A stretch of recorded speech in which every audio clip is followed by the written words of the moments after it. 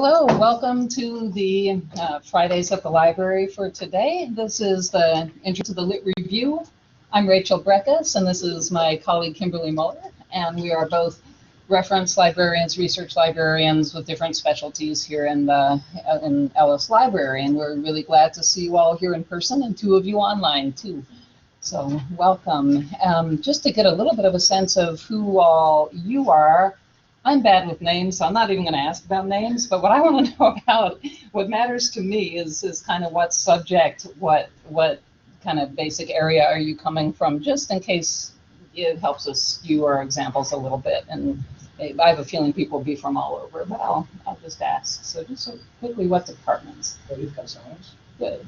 Library science. Uh-huh. Yeah. Education leadership and policy analysis. Excellent. Okay. Welcome. Specific Okay. journalism. Yeah. Council research.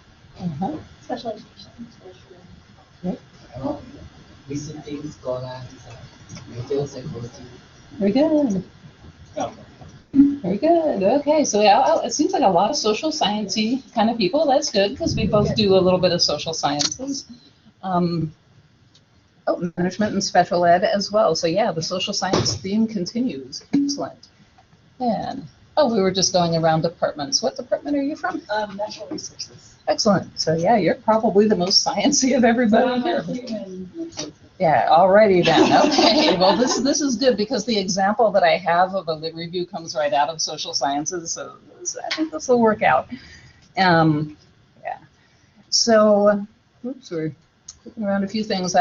Just a little bit of, well, how to get a hold of your subject librarian. We, like I said, we're subject librarians. I mean, we do some general things and we do some subject things, but we're definitely, just know that every one of you has a librarian and you can get in touch with us if you look on the library homepage.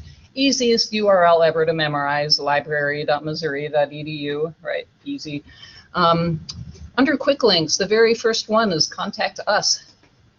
And this page can be a little bit overwhelming. There's all kinds of ways to contact us. There's just every possible way to contact us. And this doesn't even get into Facebook and stuff, which I get questions on that all the time. But you can ask sort of our knowledge base kind of thing, and a lot of common questions answered will be in there. You've got, most importantly though, here for today is your list of subject librarians, and so you can see that each subject does in fact have one. It's not like there's only one library. I mean, it's not a one-to-one relationship. We all have several subjects that we work with, but we do try to specialize at least somewhat. Okay, so that's getting a hold of us, but what we are really here for is talking about the lit review. The three broad things we're going to talk about is definitions. What is a lit review? What is it for? What's the point? The second piece is, and we'll be spending a bit of time on, how do I go about finding material for my lit review? And thirdly, how do I kind of keep up? How do I, because new knowledge is being produced every day, and that's kind of intimidating when you're in the midst of a dissertation or a project, right? I mean, there's always new stuff coming down the pike, and we have ways to connect you with that new stuff so that you're able to kind of work it in as you go. So those are going to be the three main bits. So where do we see lit reviews? Well, there are, when you say lit review, different people mean different things. First of all, there are kind of whole articles that are all about just being a lit review. Purpose of those being broadly to provide an overview and an analysis of the current state of research on some topic. And like many of you who's come across an article sometime in your life that calls itself a review article? Okay, yeah, so a couple of you have seen these. If you're in our databases, you will run across them, and they'll be recognizable because they're not necessarily doing new research of their own. They are synthesizing the research that's already there. Then there's a subset of those that are called systematic reviews. Those systematic reviews, and also the next one, which is even a narrower thing, meta-analyses, both of these kind of started in biomedical fields. The systematic reviews, I mean, there's a whole database that just does those, even for medical questions. Like if you want to know, if a doctor wants to know if it's a good idea to prescribe such and such for such and such condition, they're going to look up a systematic review and see what all the literature that's been done up to a certain point says. You know, it's kind of a yes, no, it's trying to answer a very specific question. So it's kind of a review article for a purpose. Then there's a meta-analysis that goes even deeper into that and is very statistical. It is coming up with taking the statistics and the numbers that all of the different kind of studies have come up with, and is finding a way to really put them all together into one giant kind of article that tries to really answer something very definitively. So there's that, but those are very specialized things. I mean, review articles you'll see pretty much anywhere. Systematic reviews, meta-analyses are starting to show up a lot in social work, and they're starting to, and you may see it in some of your other social science fields, but they tend to be very kind of oriented toward people who are solving real problems out in the field, as opposed to a more generic review article, which is kind of looking at scholars and kind of drawing together what theories and methods are kind of being applied to a question. So that's the self-contained kind. Then there's the lit review, which is simply a chapter of your thesis or your dissertation. Everybody's got to have one, so that you know you're not just writing out there in the void all by yourself. You're writing as part of some kind of a scholarly conversation that's going on in your field. And then likewise, and the reason you do that isn't because your advisor wants to torture you, it's because the other kind is when it's part of a research report. Like if you're writing a grant or if you're writing an article or whatever, they're going to want to know that you know kind of where what you're doing fits into what everybody else is doing. Now, many of you may have been familiar, or maybe you teach and you're trying to have your undergraduates do this, but everybody's seen something like this, right? You try to have a purpose at the top, and then you just list out your sources, and you say, author 1 says this, author 2 says that, blah, blah, blah. You just make a big list of them. That's not a lit review. That, maybe you could stretch and make that an annotated bibliography, but that's not really a lit review, not what you're going for.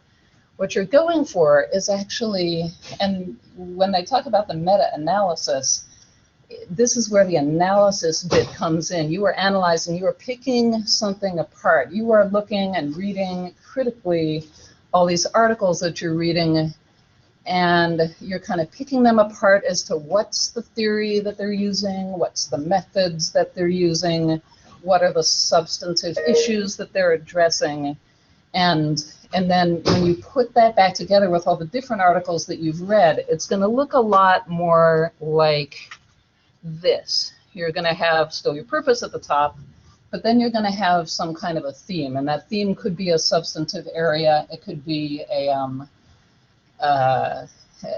methodology. There's a lot of things it could be, but the idea is you're going to, and it says Article 1, Article 2, Article 3 here, but it could be that Article 1 comes back up again under some other theme. That's fine too. Your thing is you're picking apart. This is just sort of, the point of this is that it's not just Article 1, Article 2, Article 3, or Article 4. It's kind of breaking everything up and putting it back together, remixing it in new ways.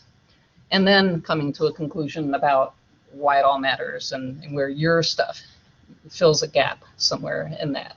So that, in the end, is kind of what you're going for.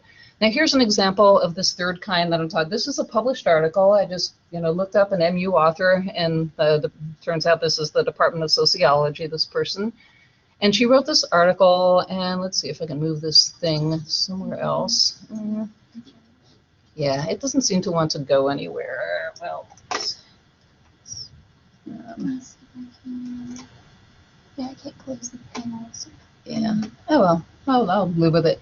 But basically, what this is doing, it doesn't look precisely like that last slide. It's not as neat as that, but there is this upper part up here. It says the debate regarding the relationship between ecological income inequality and health exploded following Wilkinson's 1992 paper in which he found a negative correlation, blah, blah, blah, blah, blah.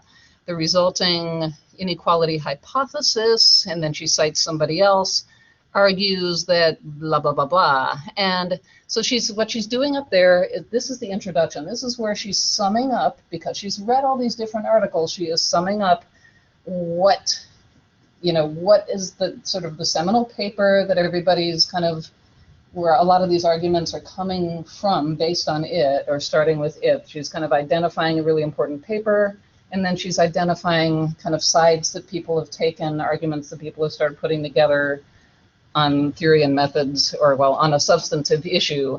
And then she goes a little bit into more detail about that. She says a substantial body of research has resulted that attempts to explain the relationship. Okay, so she says, all right, there's been stuff that's featured this relationship, and now there's this body of literature that attempts to explain the relationship between income inequality and health. And then she starts talking about some specific authors and what they do. And then toward the end, she starts saying, though much work has emerged that analyzes the importance of ecological income inequality and its association with social trust and health, less is focused on the individual experience of inequality, the processes that underlie the individual health consequences that arise from relative position.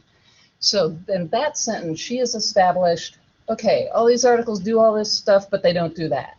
And that kind of sets her up to talk about what she is going to do in her article. She talks about, she still talks about the research that she's used and kind of where she's getting her methods from, but now the focus has become more on what she is doing. So she is really seamlessly integrated. This is what ultimately the kind of thing that you're going for, a seamless integration where you talk about the state of what the arguments are, you get more specific, and then you start to talk about the kinds of research that you are doing to establish kind of where you're going with your research and establish the boundaries. Because a lot of the time, the hardest thing in research is to figure out, what's in and what's out of this paper, right? And then it may be that she didn't write this thing until the very end of the whole paper. Entirely possible, because none of this stuff came flowing right out of her pen. I know her, I can guarantee this. So, it's a hard process. It's an iterative process. You have to keep going back and working on it. And that's okay. And it's okay to feel worried about it. And it's okay to tear your hair out over it. It's part of grad school. It's what happens. But the results will be useful, though, and they will help you get published. So that's kind of what you're going for with finding all these sources. Now, here's how you find them. You know your librarian. Remember the contact us and subject librarian list. That's what you need to know about that. And then you want to find, pretty much all of you in social sciences will need articles. Many of you in social sciences will also want to find books. And then we'll also show you a little bit about following. I keep using this metaphor of conversation, and I think it's an important one. You want to be following the citation conversations among the articles. You want to find dissertations. And then, again, you want to kind of stay current in a couple of ways that we will show you. Okay. Whoa, I don't know. Didn't realize that slide was still in there. Okay, but these are a few ways that you can find some of the literature. And we've got some big search tools. Now, let's see. At this point, I believe we will go on over to Kimberly with the search strategies. And once you're in some of these tools, and she'll demonstrate some of the tools, how you find the stuff. Yes, so I'm actually going to back up a little bit. We are going to take a look at some of these big searching tools, but before we start that, I want to talk about what a search actually looks like. So I'm going to get a blank whiteboard here and see if I can write in text. Okay, let's see if we can make this any bigger. Oh, no, that is not working. Is there a way?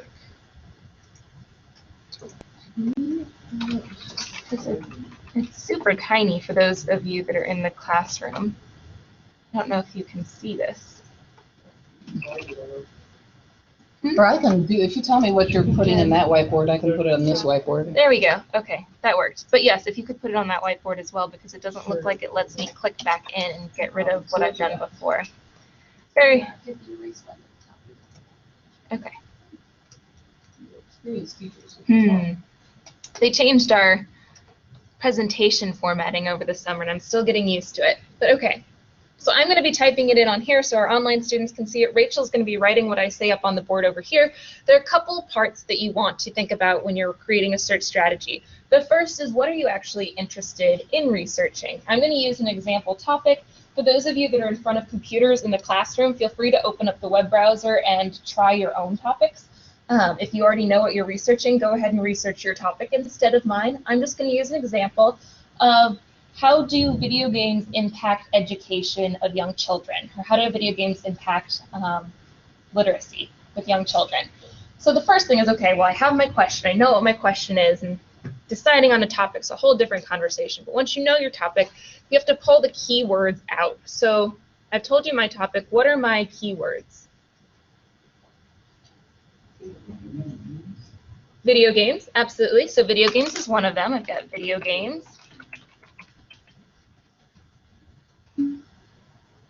Literacy, someone online said literacy, absolutely. And there's one more. Children, right. Okay. My whiteboard is going to get a little bit messy because it doesn't look like I can go back in and type in those again. So bear with me. But video games, literacy, and children are kind of my main topics. Your next step is to think of synonyms for those words, because not every author is going to write about your topic in the same way. I picked a few that are kind of easy to brainstorm, but most of the time, especially if it's a topic you're not entirely familiar with, you will need to look up what some of those other terms might be. An example I use a lot, I'm a women and gender studies librarian, is the topic of domestic violence. In conversation, that's the term that's used a lot. But in the literature, it's not. It's considered not applicable because it makes it sound like you have to be living together to experience it. So it's no longer used in the literature. And if you try to search for that specific term, you won't find very much. So you need to know how it's actually talked about. Kind of a fun example of this is, since I'm a librarian, if we go with stereotypes, if I write a paper on cats, and you want to sound really academic, you might say felines instead. And if you only look for one of those terms, if you only look for papers on cats, you're not going to find the other papers that talk about felines. You'll only find one. So you want to know synonyms. You want to know other ways that things might be talked about. And sometimes you can do that through brainstorming. Sometimes you can do it by looking at a thesaurus. Google has a number of very good thesauruses. And sometimes it's through background information, looking at encyclopedias, looking at Wikipedia. That's sometimes a good place to find other terminology as well. For now, we're going to brainstorm, but keep in mind you don't need to know these things off the top of your head. It is something that you can learn as you go and as you get more familiar with the topic. So to start out, what would be a synonym maybe for video games?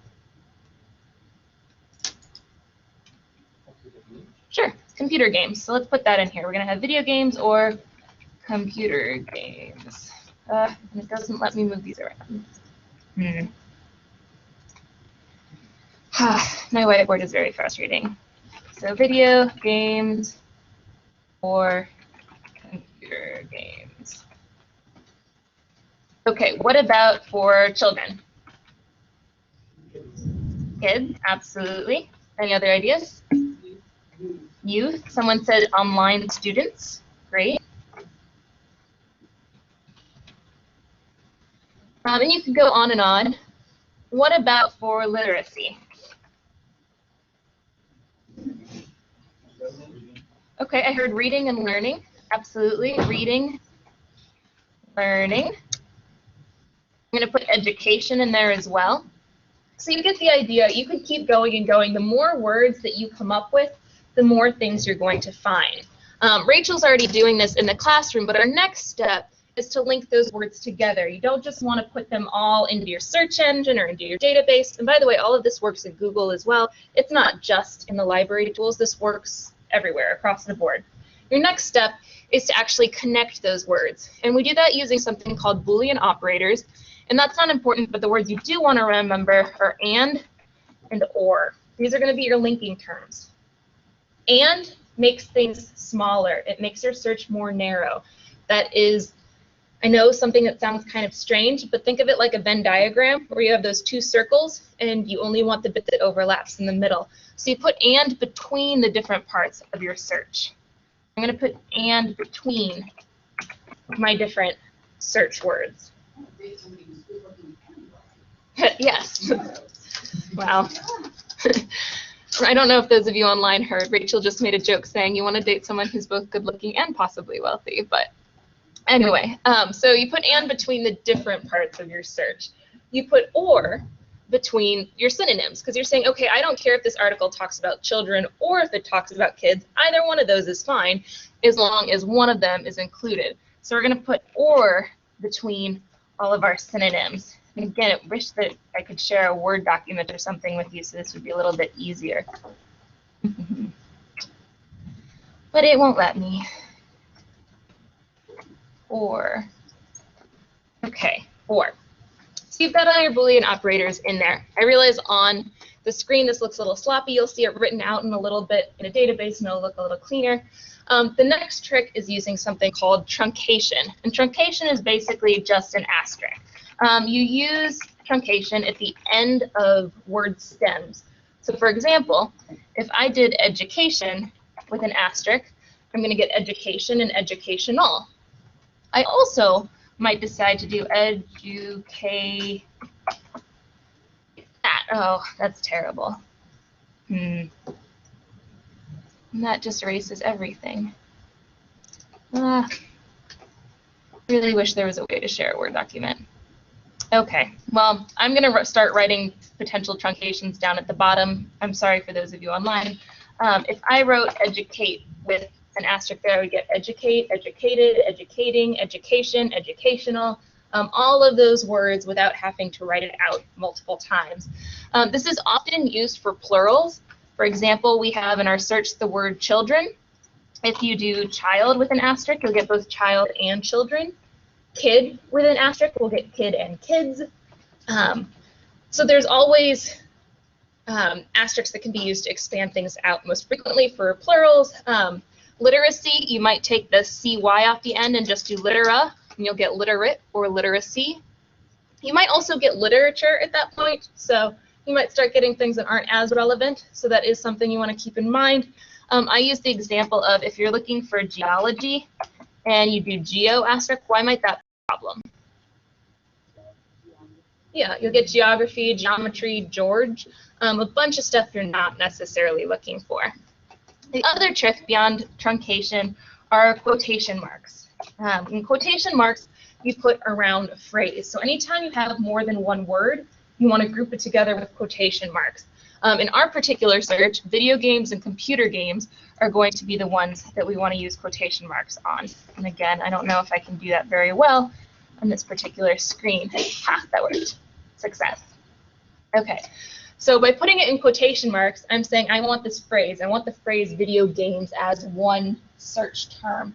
I don't want to be looking for games and find things about board games or soccer or other types of games. I specifically want to find this particular phrase. An example I use pretty frequently is President Bush. Type that out real quick. In quotation marks, you're going to get the individual or the president or his administration. Without the quotation marks, you might get presidents from other countries, and you'll also get things on gardening and shrubbery. So using quotation marks can be very, very helpful. If you know the title of an article you're looking for, if you ever have a professor that tells you to read a specific article, type the article title in quotation marks, and it's going to pull up that exact article. So it can save you a lot of time trying to figure out, like, okay, how do I spell the author's name? How do I put in all these different pieces and try to find the right thing? Just put the title in quotation marks. Okay, so enough talking. I am actually going to show you how to use this search. I'm going to switch over to the library homepage. You'll notice in the middle there's this big gray box, Discover at MU. Rachel mentioned that's one of our big search tools. It's kind of our version of Google, the library's version of Google. It searches a little bit of everything. You're going to get books, you're going to get articles, newspapers, all sorts of different academic stuff. And it does use natural language, and it also uses that stuff we found up on the board. So if you wanted to start out, you could say, okay, well, how do video games impact children's education? Typing in that whole long phrase just the same way you would if you were using Google and you didn't want to think through a search strategy, you're still going to find results, again, like Google. They're not all necessarily going to be relevant, but some of them will be. Here we're looking at video games promoting English vocabulary. So there are definitely some that might be useful. So I don't want to say that you shouldn't do this because it just depends on what you're looking for, how much you're trying to find. If you're trying to have a very comprehensive literature review, though, where you're finding everything that's out there in the field, you do want to use your synonyms because, again, not everyone is going to use those exact words.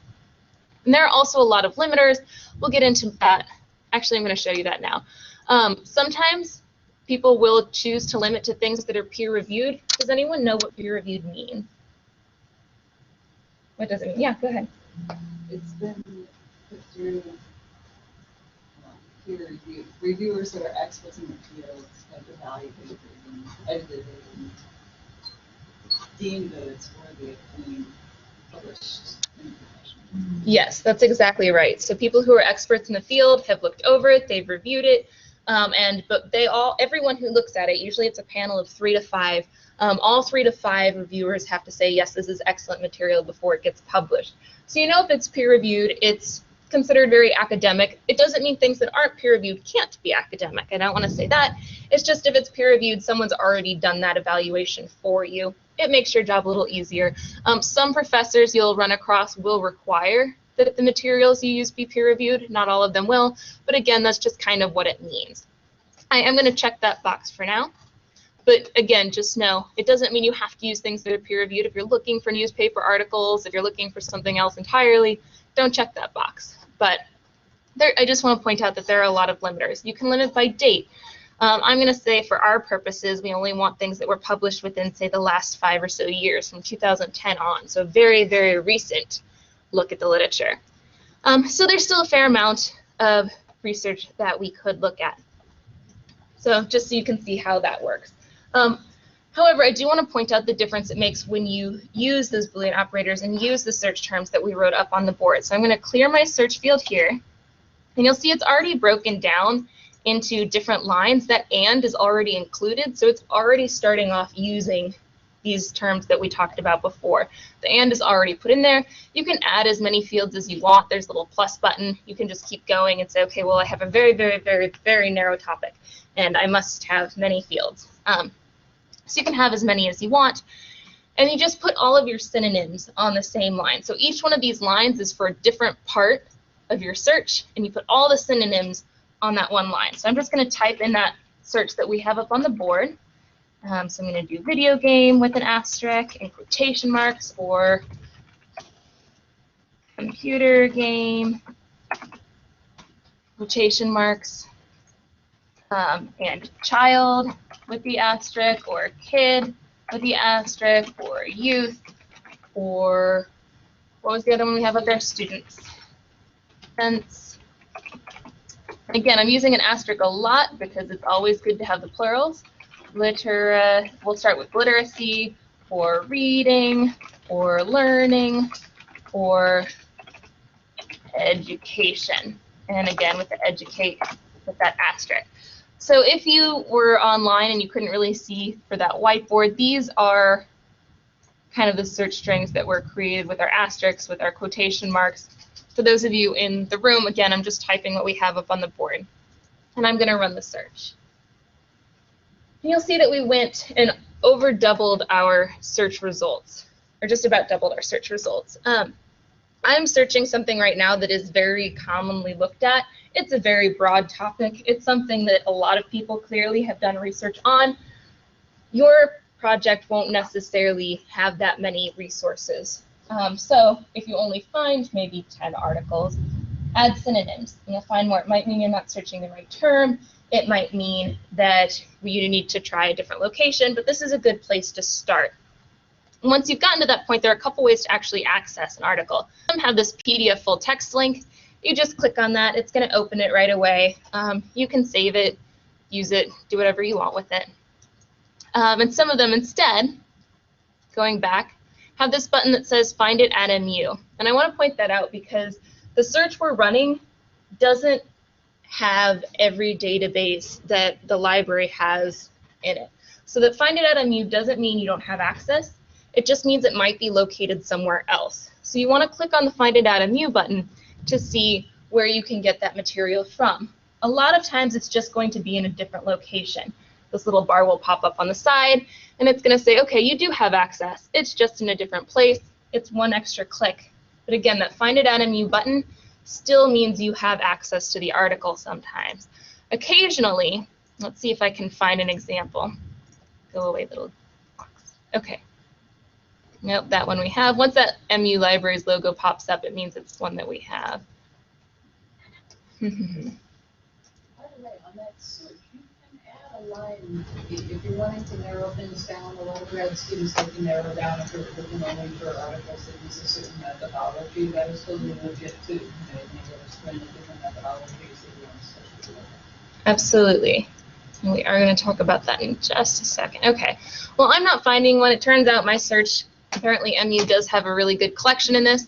Sometimes you will get a page that pops up and it says this item isn't available at MU.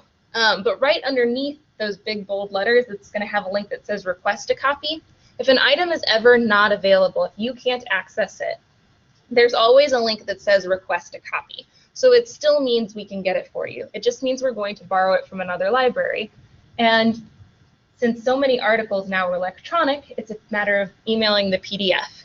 It's a very fast process. I've known people who've gotten it within the same day. Actually, it's pretty common to get the article within the same day. So don't let that stop you. Just hit the request a copy and we'll borrow it from somewhere else.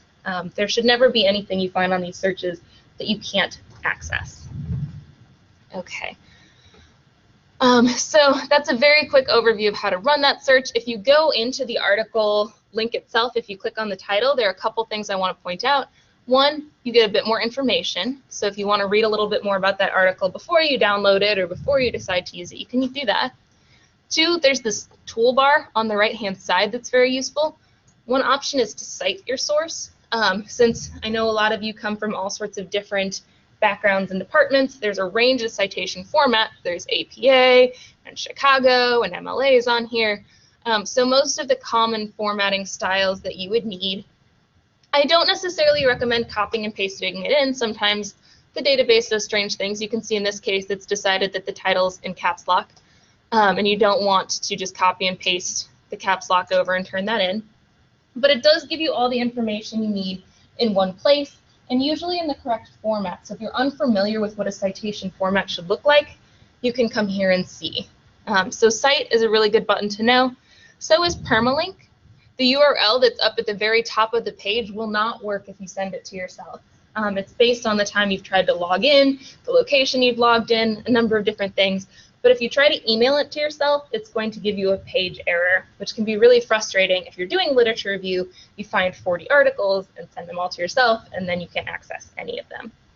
So instead, you want to grab the permalink, and it gives you a URL in the middle of the page that will work consistently. You can send this to yourself, and you can use it again later. So that's one way to access it later.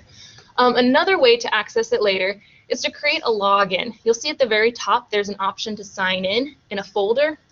If you like an article and you want to save it for later, you can just click Add to Folder. And now my folder has that article in it, and I can go to that folder later. And it says, okay, here's the article you wanted in your folder.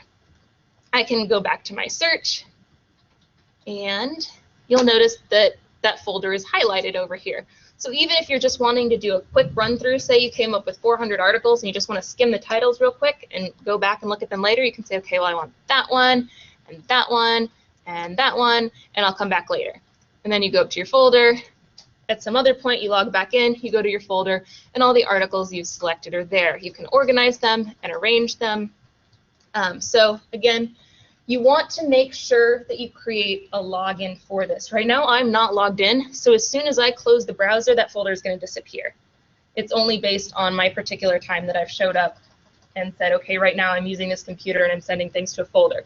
If you log in and create an account, that folder will exist permanently. You can keep coming back to it and keep adding to it, but make sure that you create a login if you want to do that. Otherwise, you might spend a lot of work creating a folder and then have it disappear when you close out of the internet. Okay, questions on that so far? Yes? So you can still use your laptop at home and do all this? Absolutely, yes. You can use your laptop at home. All of these articles, all of this material you can do no matter where you are in the world. At some point, when you try to access an article, it will ask you to log in. That's just your MyZoo paw print and password. It's the same thing you use for your email, the same thing you use for pretty much everything on campus.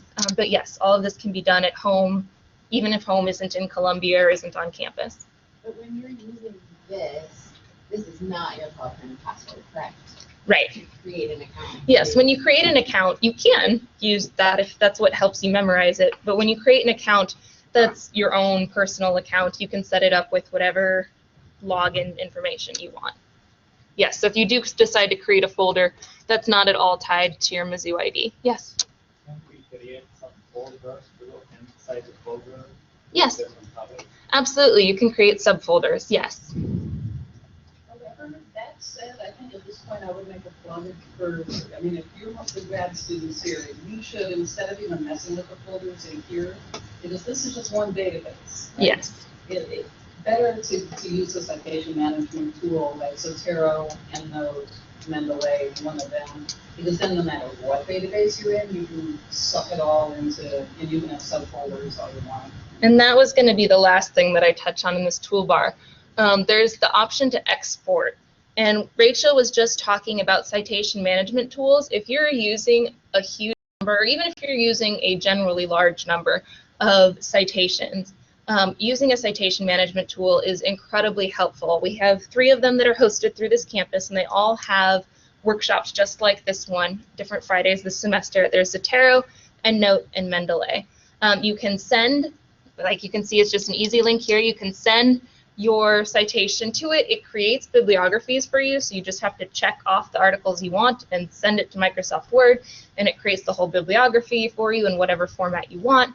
So you could say, I want MLA, and then later you can change your mind and say, I want APA, and you just click a button and it changes your whole bibliography for you, so you don't have to do that. It is a very wonderful thing to know about and to use, especially if you're doing things like literature reviews, where you're pulling a large number of articles in, and you're not just using maybe the 3 that you would use in an undergrad class. Yes? We mostly use IEEE filters, so which one of these come into that way? So, IEEE, I believe, is a database. And they use, I think they actually just use IEEE style because it's both the database and the style are named for the, whatever the Society of Engineers is. And IEEE has a style, it is a style that comes out of the box. At least with Zotero and probably with the other 2 that we have. I don't know. This is such an, I mean, this particular search is probably oriented more toward broad undergraduate kind of stuff, and I don't know that IEEE is one of the ones. It's not, no. So what's being asked is the idea of other citation formats that aren't here. There's some of the very generic ones that are listed, and some of them like IEEE, which is one of the engineering ones, isn't. But if you export it to a citation management tool like Zotero or like EndNote, those are included. They have hundreds of different citation styles, quite literally, because I know sometimes in history. So yes, IEEE is included in those citation management tools. So if you export it there, then you'd be able to do it. Yes? I heard you say Mendeley. Mendeley is not one that works well with this particular. Do you want to talk more about that, Rachel? She's our Mendeley expert. Charles, our Mendeley expert, but even we presented together to the geology club last week, and we were kind of coming to the conclusion, use Zotero to suck in all your stuff because it's really good at that. Use Mendeley to, like, if you're doing a group project with a bunch of people, or if you like to annotate your PDFs. Those are the 2 things that Mendeley really excels at. So you suck it into Zotero. You can easily port your whole Zotero library into Mendeley and then do whatever you want to do with it in there. But continue to use Zotero. Well, either one of them are pretty good at flopping the citations. Okay. I just realized the time that we're at, so I'm going to quickly, hurriedly go through a few other things. Going back to the library homepage, there's this looking for a database link. We mentioned before, databases are mainly the place that you get articles, and there are some that are very, very subject specific. This is a good thing to know. The search that runs on the homepage is very interdisciplinary, but it is going to have gaps. It's not going to include everything. So if you want something that's subject related, databases by subject is the place to go. So for example, My particular topic might be under education. It could be under a couple other places as well, but I'm just going to show education right now. You'll see it brings me into a database that shows me a bunch of other ways to find different materials for education. There's statistics, there's organizations. Right now I'm just going to point out the first education database that comes up, Eric. You'll notice it looks a little bit different than the tool we just used, but they all work the same way. And I'm going to emphasize that all of our databases work the exact same way. So if you know how to use one of them, you know how to use all of them. If it looks different, if it's a different color, you still know how to use it. Don't feel like you have to try something else because it doesn't look familiar. You would run your search in the exact same way. Sometimes they have different limiters. Sometimes those limiters do include literature reviews. So if you're specifically looking for literature reviews, you can click that button. I think this one has that as an option. If we scroll down, nope, it doesn't. Some of them do, not all. But it's worth looking for. If it doesn't, so in this case, this doesn't have literature reviews, I could add a field. So I could do my video games, children, education, add a field and say literature review or review of the literature, because it's called both. But there are lots of different subject databases that you can use. I am going to run a really quick search, just we'll say children, just so I can show another thing really quickly. If you want to stay current and updated in the field, say I've run this search and I want to know when new articles are published about children, and that's very, very broad. There's this option to save search alert over here and create an alert. I'm showing you how this looks in ProQuest. It looks a little different for each database, but the idea behind creating an alert is you get to keep up with the latest research. You get an email whenever a new article is published in this database on this particular topic. So instead of having to run the search over and over again every time you want to see if there's something new, you get an email. So if I have a very specific search, there's only maybe 10 articles, and in December, an 11th one is published in December, I will get an email saying, hey, check out your search again. There's a new article. Here's the link to it. So it can definitely be a time saver. It's worthwhile doing. All of our databases work a little bit differently in that. So really quickly, I'm just going to show you that on our library's homepage, that search bar at the very, very top can be useful if you're not sure where to go to find something. I'm going to show database alerts. There is a guide on database alerts. This tells you how to create alerts, what different databases have alerts. So I'm just clicking the link. There's databases by publisher. There's databases alphabetically. So if you're running a search and you want to see what database alert can be set up for that particular database, you can come and find out that information in the guide. Again, I know we're going through some of this really quickly. That Contact Us link, if you don't remember how to get here, is another good option to use. Always feel free to email us and ask. Okay, so you've got the search on the home page, you've got subject-specific databases that you can search in, and then you can create alerts to have those databases send you alerts as they get published. I am going to switch back over to Rachel, and she's going to switch from talking about articles to talking about books and finding other things, books and dissertations and theses, those sorts of materials. Much time because A, we don't have it, but B, you probably have all dealt with the basics of a library catalog before, but there's a little bit that's specific to MU. If you're not aware, has anyone heard of MOBIUS? A few. Somebody who's got their hand raised. What is MOBIUS? It's a platform where you can request books from other libraries. Exactly. MO is the state abbreviation, the postal abbreviation for Missouri, and so MOBIUS. Don't ask me what the rest of it stands for, but it basically, you have to picture the little Mobius truck driving all over the state with the books. And the way that it interacts with the catalog. Now, if you look in books and media, what this is going to search by default, as you see, is the MU Classic catalog. They just mean to say that that's old and it's not like Discover all mixed in with the articles. But if you know you want books and not articles at the moment, I still like to use this thing. And you can also set it from the get-go to look at MOBIUS, but you don't have to. You can do a search in here, like here I can do child, and here I'm going to try variant spelling. You always want to remember those. Video game, asterisks for gaming, or video game asterisks. And I'm not sure if it would like the quotation marks or not in here. I haven't pre-tested the search, but let's see what happens. And yeah, get a fair bit of results there. And just to show you how this is MU's search by default. I can open this up to all Merlin. And by Merlin, they mean all the different campuses of the University of Missouri. One reason I might open my search up to all Merlin instead of MOBIUS is that your loan period as graduate students, which I assume most of you are, will be just as long as your loan period for books here locally. Okay, so if you can get a book by going to all Merlin, that's a good thing.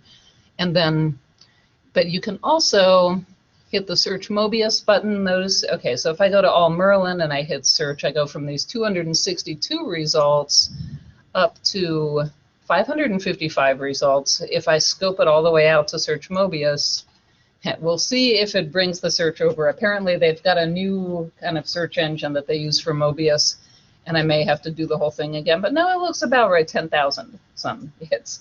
Not that everything is necessarily anything to do with what I'm looking for, though, because you might have to get into some refinements and go into the advanced search. By advanced search, they mostly mean these multi-line searches. And this kind of shows how they did their best to translate my search into that.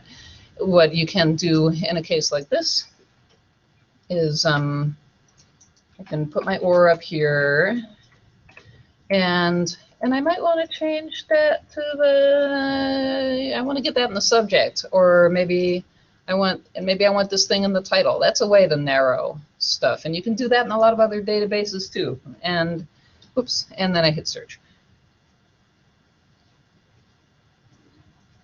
And then I'm down to a mere 699. All right, and there's date limits on this, so you can sort them differently and so on. And then once you have it, you got this request it button that you can use. Okay, so just now, there's Little Merlin, there's Big Merlin, and there's MOBIUS. And Big Merlin is preferable to MOBIUS for loan periods, but MOBIUS is it's got more libraries, so there's more books.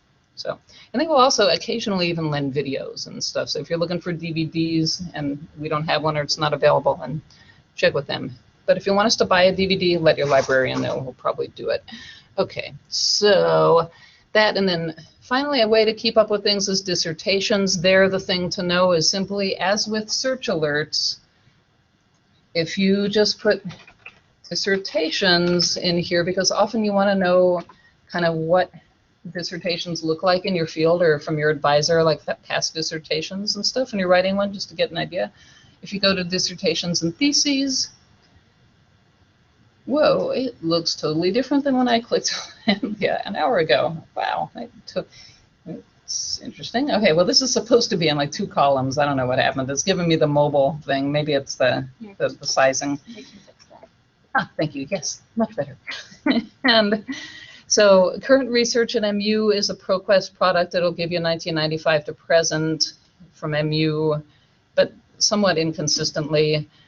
Nowadays, whenever you deposit your dissertation, it's going to go into this MoSpace thing, which is really nice. I'm going to click on that for a bit to show you.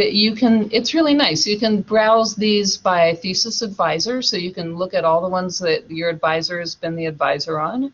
You can browse by thesis department, and so on. So you can browse by those things. You can also search within this group of dissertations and see if somebody's written lately on your general topic. And then usually the way this works is that there will be a version of it that's only accessible to MU people, and then there might, so you might get a choice. Okay, this I have to do. What would James Bond do? All right, I have to know.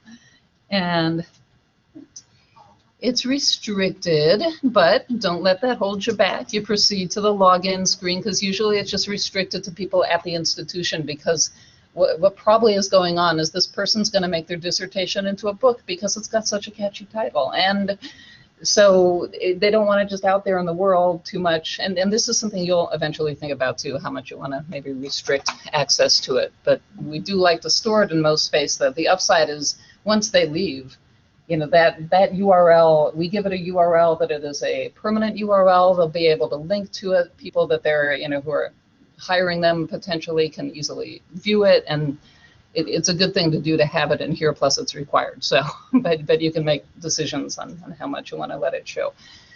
But yeah, that way, eventually, once you log in, there'll usually be a couple of different files there. You want to click on the bigger one. It'll say like research version, and that's the one that will have the whole full text. Okay, so that's our local ones. But if you just want to see dissertations that have been written in all out in the world, then you go look it up in this other tool.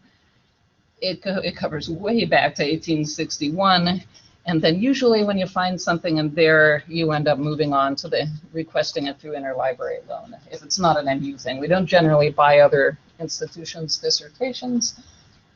As a rule, maybe have a few that we've bought in the past that people have donated back to the library, but as a rule, we have to get and end up getting the thing through interlibrary loan. So dissertations are pretty cutting edge. They're not always the most fun to read, but you know, they're cutting edge, so they're a good thing to know about how to use it. Okay. So, but we have to, before letting you go, there's a really, really cool thing that Kimberly is going to show you, and that is how to get into the scholarly conversation by following citations both forward and both backward, which you know to do that, right? You look at the bibliography, and then you look at all the individual articles in the bibliography. There's another way to do it. Some databases let you go forward in time to look at all the articles that have cited your article.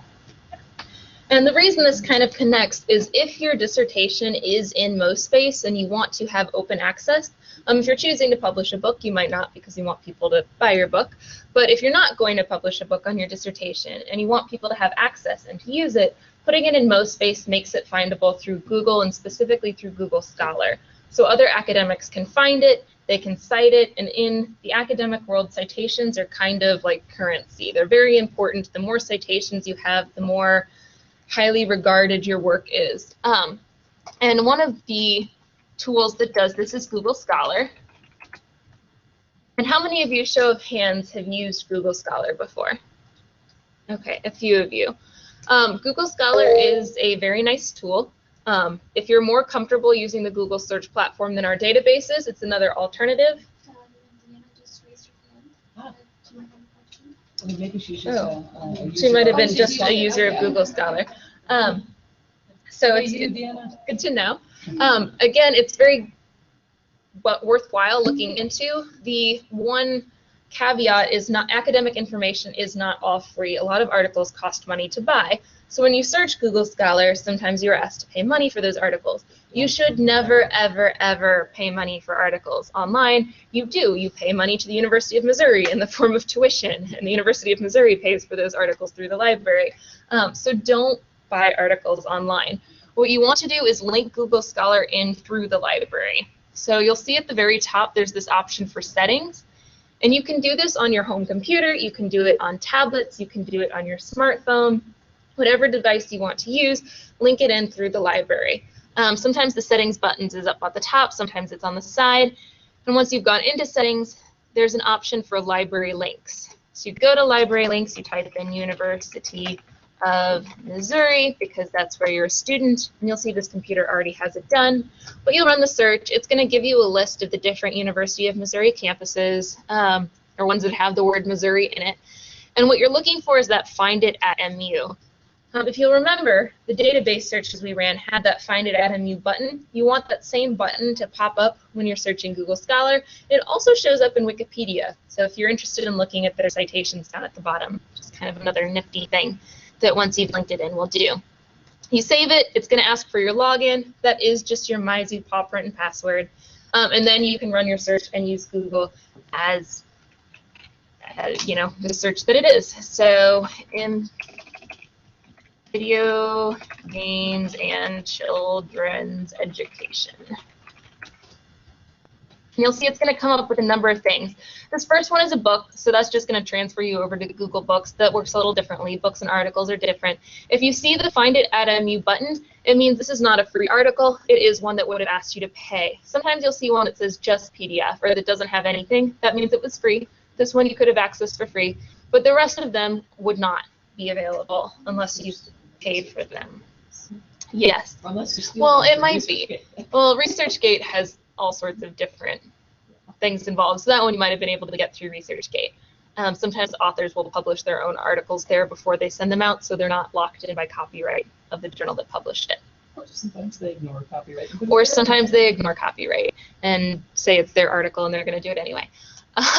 But the Find It at MU button is going to redirect you the same way that it did in the database to where the article is located and you can access it. So definitely do this rather than paying for an article. Never ever pay for anything.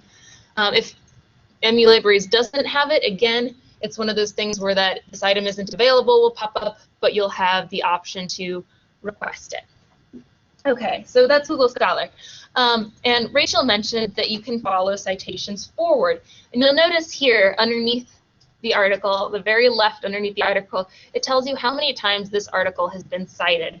This article has been cited 265 times. So 265 people have looked at this article and then turned around and used it in their research. That's pretty decent. It depends on the field. In some fields, you're going to have more citations than others. Science citations are going to automatically be higher, especially for things like cancer research. You'll get thousands and thousands of citations sometimes. So it depends on the field. But you can kind of see the ones toward the top are going to have higher citations. As you scroll down, this one has 64, 79. As you keep going, they'll get less and less. This is really interesting to take a look at as a scholar because, as Rachel's mentioned before, there's this whole analogy that the scholarship is a conversation. No article exists by itself. They're all building on the work of others, and then people in the future build off the work of that. So it's a continual cycle. And ones that have higher citation counts mean more people in the field know about this work. More people who you talk to in your discipline are going to be aware of this person's work. They're kind of louder in the conversation. They might be the people that are talking over everyone else. So you can hear them more. And if it doesn't have many citations, maybe it's someone who stands in the corner, you know, if you're talking about it like a party. Anyway, so higher citation counts means more people in your field are going to know about it. It's more important of an article. Some of them will have huge citation counts, and that means it's probably a founding document and everyone's referring back to it. So those are ones that you should read for sure and not miss citing in your literature reviews. So Google Scholar does this. There are a couple other databases that does this as well. Web of Science is one. If you're going to looking for a database, Web of Science, which as it sounds is a database that is primarily science. So if you were to run a search here, let's say we just do cancer research. That's going to have lots and lots of articles. Yeah, we'll have way more articles than we know what to do with. Okay. You'll notice that this one, it starts out with 0 cited. And that's also because it hasn't been published yet. If you look at that publication date, it says December 9th, 2016. Sometimes the default will be newest publication. So you do want to check and see, okay, well, am I getting the ones that are the most applicable to my topic? Am I getting the ones that are just the newest? And so the database wants me to see that. So you want to check and see how it's being sorted. Instead of newest, oldest, maybe I want to do time cited, highest to lowest. I want the most cited article to show up first. So you click that button, and it'll recategorize it, and all of a sudden, my first article has 11,000 citations. And you'll see it drops off really quickly. So that 11,000 citations one is probably, if you're into researching cancer, one you should have read. There are a couple databases that do this. I think Web of Science is one of the more well-known ones, so it's one I wanted to point out. Google Scholar, again, is another really well-known one. There are a few others. So we are running out of time. Last thing I want to mention is kind of a repeat of what we talked about at first. Quick links under Contact Us. I know we clicked on a lot of different things today. If you forget how we access something, if there's a question you have that we didn't answer, please feel free to come here and contact. There's a whole bunch of different ways you can do that. Phone call, chat, or chat service this summer just became 24/7, so you can ask questions around the clock, any point in time, even on the weekends. And of course, there is that list of subject librarians, so you can figure out who is the person that would be best to talk to about your dissertation, about your research papers, about the projects that you're working on in class, whatever it is. The last thing I want to point out on that Contact Us page, I clicked too far back, is we have the option for a research assistance program. I want to highlight that really quickly. we call them RAPs for short. A RAP is meeting one-on-one with the librarian. Usually the topic you're studying, you'll type in what topic you're studying. It'll go to our request field. We'll all see it and we'll be like, okay, this question is sociology, and Rachel is the sociology librarian. So Rachel, you're going to meet with the student. So you can always just go and fill out that form and say, look, I'm trying to find information on X, and I would like to meet with the librarian. And your librarian will set up a time. You can meet and get a lot of personalized research details on your specific topic rather than something general like this session. Okay. So, and if it's interdisciplinary, we'll totally fight over you. That's true. Well, you might get more than one answer. That's a good thing. Yeah, it's a good thing. Yes. So if you have any questions, Rachel and I are going to stick around for a little bit. There is another class coming in, so we can't stay for too long. Yeah, might make it another 30 seconds. Yeah. No, but you can follow us down in the stairwell, whatever.